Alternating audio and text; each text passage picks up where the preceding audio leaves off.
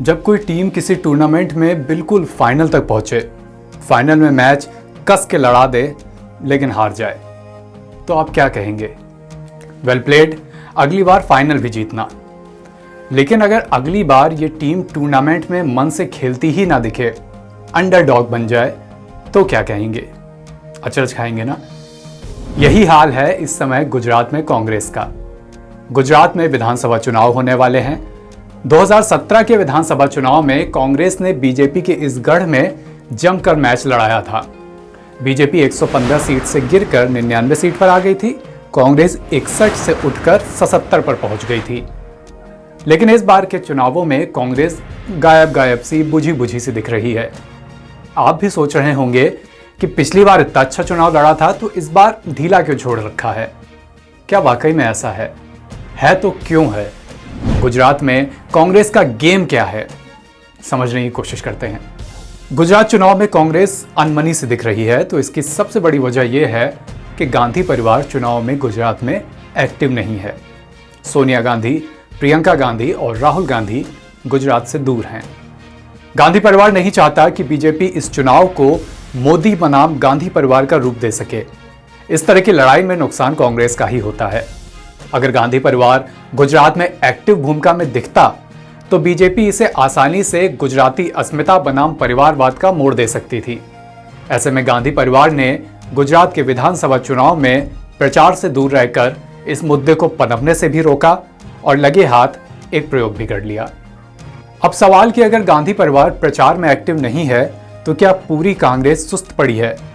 कांग्रेस के अप्रोच को देखकर यह कहा जा सकता है कि वो ये चुनाव लोकल नेताओं पर, लोकल मुद्दों पर लड़ने की रणनीति अपना रही है।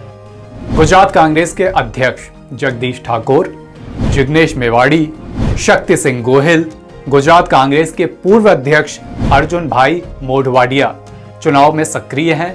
भले कांग्रेस बड़ी बड़ी रैलियां ना कर रही हो, लेकिन छोटी छोटी जनसभाओं के जरिए वोटरों तक पहुंचने की कोशिश कर रही है। और ये बात प्रधानमंत्री नरेंद्र मोदी भी बीजेपी कार्यकर्ताओं से बीते दिनों कह चुके हैं।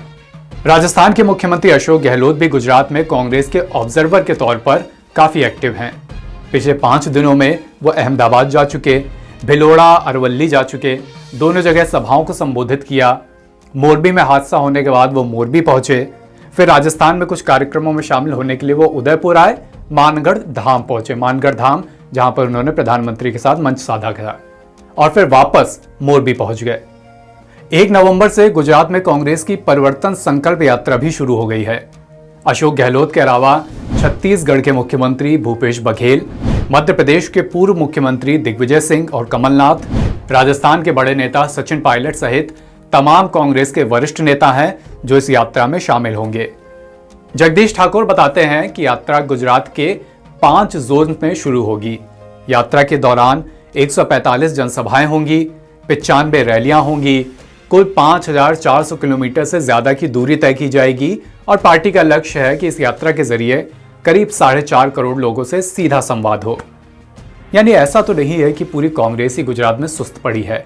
लोकल स्तर पर पार्टी वोटर तक पहुंचने की कोशिश में लगी है, बस गांधी परिवार यहां से दूर है। लोगों के मन में एक सवाल और है। इधर गुजरात चुनाव चल रहे हैं और राहुल गांधी भारत जोड़ो यात्रा में व्यस्त हैं।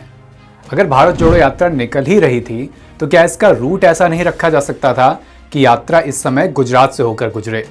इसके पीछे की गणित क्या है? क्या कांग्रेस ने यहां पर गलती कर दी? कांग्रेस के नेता कहते हैं कि अभी तो लॉजिस्टिक्स के लिहाज से रूट में गुजरात को शामिल कर पाना संभव नहीं था, क्योंकि यात्रा अभी दक्षिण से उत्तर की ओर बढ़ रही है। कांग्रेस कहती है कि अगले साल हमारी योजना है कि पूरब से पश्चिम की यात्रा निकालेंगे, वहां पर भारत जोड़ो यात्रा करेंगे, तब गुजरात भी कवर कर लेंगे। लेकिन तब तक तो गुजरात में विधानसभा चुनाव हो चुके होंगे, नई सरकार बन चुकी होगी, फिर फायदा क्या होगा? इसके जवाब में कांग्रेस कहती है कि साहब, हमारी यात्रा राजनीतिक नहीं है, हमारी यात्रा सामाजिक है। यात्रा का मकसद है लोगों से सीधा 1-to-1 संवाद स्थापित करना, जैसा कि राहुल गांधी कर भी रहे हैं। लेकिन यह राजनीति है। क्या यहां कोई भी कदम, कोई भी मूव राजनीति से परे हो सकता है? क्या किसी भी पार्टी का कोई मूव ऐसा हो सकता है जिसके पीछे कोई भी राजनीतिक निहितार्थ न छिपे हों? ऐसा मुश्किल है। कांग्रेस भारत जोड़ो यात्रा निकाल रही है तो जाहिर सी बात है उनके बैक ऑफ अ माइंड ये तो ख्याल होगा कि इस यात्रा का हमें आगे कोई पॉलिटिकल फायदा भी मिलेगा, खासकर तब जब पिछले 8 साल में कांग्रेस की राजनीति ढलान पर रही है। अब इन सब बातों में 2 ही बातें निकलकर सामने आती हैं। या तो कांग्रेस ने भारत जोड़ो यात्रा के रूट में गुजरात को शामिल न करके गलती कर दी, और या फिर उन्होंने गुजरात को जानबूझकर शामिल नहीं करा इसलिए ताकि गांधी परिवार इस प्रचार से दूर रहे, गुजरात चुनाव से दूर रहे, बीजेपी को मुद्दा ना मिले कोई परिवारवाद वाला। और दूसरी बात, क्या कांग्रेस भारत जोड़ो यात्रा से सीधा मकसद लोकसभा चुनाव वाला एड्रेस करना चाह रही है और विधानसभा चुनाव में फिलहाल दिलचस्पी नहीं दिखा रही? इन सारे सवालों के जवाब मिलेंगे जब गुजरात चुनाव के नतीजे दिसंबर में सामने आएंगे। अभी फिलहाल चुनाव की तारीखें भी घोषित नहीं की गई हैं। ऐसा कहा जा रहा था कि 1 या 2 नवंबर को गुजरात चुनाव की तारीखें सामने आ सकती हैं, लेकिन मोरबी हादसा होने के बाद मुमकिन है कि तारीखों की घोषणा 1 से 2 दिन टल जाए। फिलहाल गुजरात चुनाव की सारी अपडेट हम छानबीन कर आप तक लाते रहेंगे। जुड़े रहिए नवभारत टाइम्स ऑनलाइन के साथ। शुक्रिया।